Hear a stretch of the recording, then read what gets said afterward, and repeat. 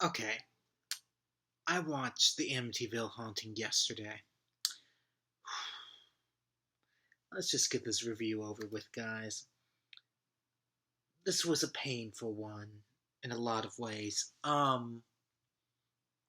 Amazingly enough, this is the only direct-to-video sequel that has a Blu-ray release, and I did watch it on Blu-ray. Uh, I don't even know where to begin. I mean, let's just start with the premise. This is a found footage film, right? Found footage at that time was still extremely popular. It's kind of a dead art form right now, but at the time, the Paranormal Activity sequels were still making bank, so there was enough of an interest that you could I could kind of see it. You could believe it. Anyway, they've. Oh, this movie. How can I even describe this movie? Okay, let's get right to it. The found footage style does not work for this film. And it's just a cheap way of trying not to do effects. Which I get it, they had no money. I understand that. Yeah, the found footage is so choppy throughout the whole film. It's just little tiny segments, and then it would cut to black, and then it would flash color again, and then it would cut to black. And yes, I did watch this movie in the dark, as you're supposed to, and it was extremely jarring and uncomfortable the entire time that you were watching. The film takes place, I think, over the course of 1 week. Wow. I don't think the film understood the original film at all. Let's talk about some interesting elements of the movie, just to praise the movie only slightly. First, the first really weird thing that happens at 3:15. Wow, that wasn't even acknowledged in the remake. It's amazing that they paid great homage to the original film by having it happen like that. I was very, very happy, extremely pleased with that decision. There's a scene a little bit later in the film, and they talk about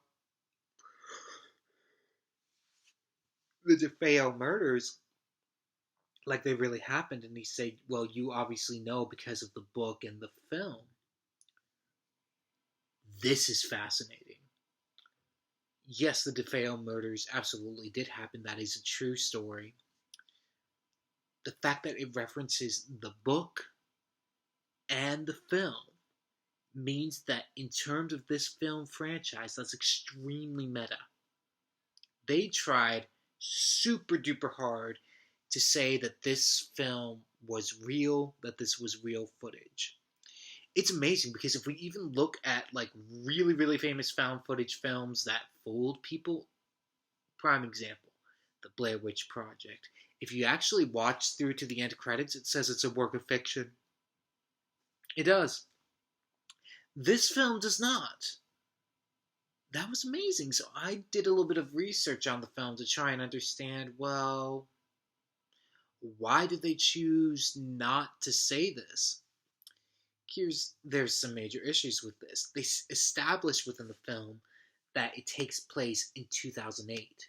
When I watched the 3 minute little making of, oh, we found this footage. Oh, it is so creepy. It's the creepiest thing I've ever had to edit. They say that the family moved in 2010. Couldn't just let that go. If you really want us to buy into, and you're going so far as to have no credits or stating it's a work of fiction at all, like none of the actors get credited, none of them. Make sure you get your facts right. Don't promote that this is 2008 and then in the making of say that they moved in during 2010. It's a major discrepancy. And it's terrible. Ooh, yeah. As I'm kind of mulling over it, I mean, I only watched it yesterday. I haven't had to mull over it too long. It's just awful. It is an awful, awful film, and they should be ashamed that they made it. Asylum actually made this film. That's really strange that the Asylum company actually made a franchise movie and an actual real franchise. I I don't know what to tell you guys. I mean, it wasn't so bad that you were entertained by it. It was just frustrating. I mean, like the camera footage, they would talk about how it would become encrypted and it would become blurry, or you could barely hear things. Um, at least they made a reference as to why this boy was filming. They say he wants to be the next Spielberg, and he's constantly referring to this documentary he's making. Well, why is he making a documentary? Why does he think that everything that's going on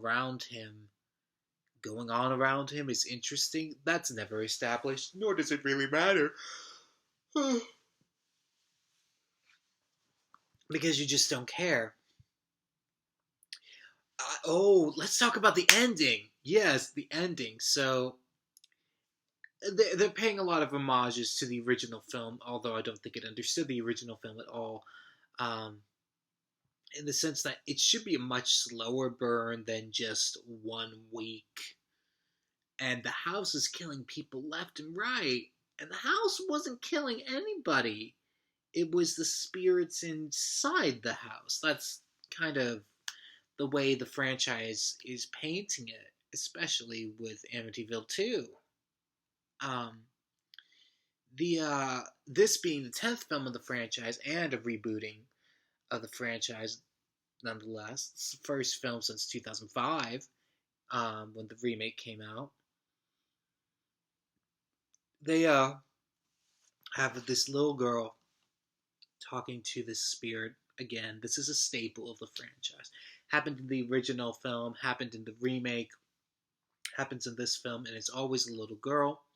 The youngest kid is always the one who's talking to the spirit. Um, that's another staple of the franchise, and it is fascinating the choices that they made. They kill everybody off in the film.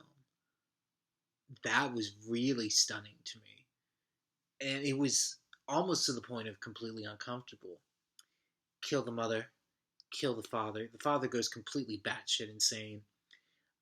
Starts like cracking under war pressure. And did we ever establish that he was in the military before then? If they did, forgive me because I do not remember that happening. And the little boy, well, the little girl, the teenage girl, her spine breaks, and we don't see much of that, and she kind of disappears. The That's another thing that happens. A lot of characters, you just find a little bit of blood and they just disappear. Actually, you don't find it. Other characters tell you that they found it, and they tell you to stay inside so that you don't see it. The uh, the boy who's filming everything, he gets killed. I forget how that happens. They flash the coroner reports at the very end of the film. So I was like, oh, that's an interesting idea. It wasn't flashed long enough that you could really read or tell what happened, although they did circle the deaths, like the details of the deaths. And even then, I mean, I refuse to pause a movie when I'm analyzing it because I think it disrupts the flow of the movie. But even if I wasn't like to watch it again, I probably wouldn't pause it again because I just don't care that much about this film. The weirdest choice was the little girl who's talking to the spirit, and she says that the spirit's telling me that the whole family needs to go away, but I can live here forever and ever and ever. And it's the little girl who stabs the father. Yeah, the little girl stabs the father in the heart. It's one of the last things that we see in the movie before the coroner reports. Whew! That's an uncomfortable moment. Definitely uncomfortable to watch. They had a kid kill their father. They probably did this to try and get people to talk about the movie. I don't think they realized how few people would actually watch this movie. Um, or even if they did, how long they would stay there. Oh, the film opens with this a group of kids who go into the house and they all die, and of course we don't see hardly anything. And they disappear. We're not exactly sure what happened to them. And they find the footage. The little boy finds the footage because the house gives him this. I think he calls it an iPod because it's supposed to be 2008. And he watches it and he's like, "Where did they go? They're not here." And then the family's kind of like, "Why are you making us watch this? You're a pervert." It's just, oh, this movie is bad. This movie is so bad. But I must admit, what I said was my prediction was only half true. It is an extremely important movie in this franchise. If this could come out, be so cheaply made, and make any semblance of a profit, this is how we're getting a bombardment of Amityville films now. I mean, I said it in the before video. There's 4 Amityville films this year alone. That's atrocious. That's bad.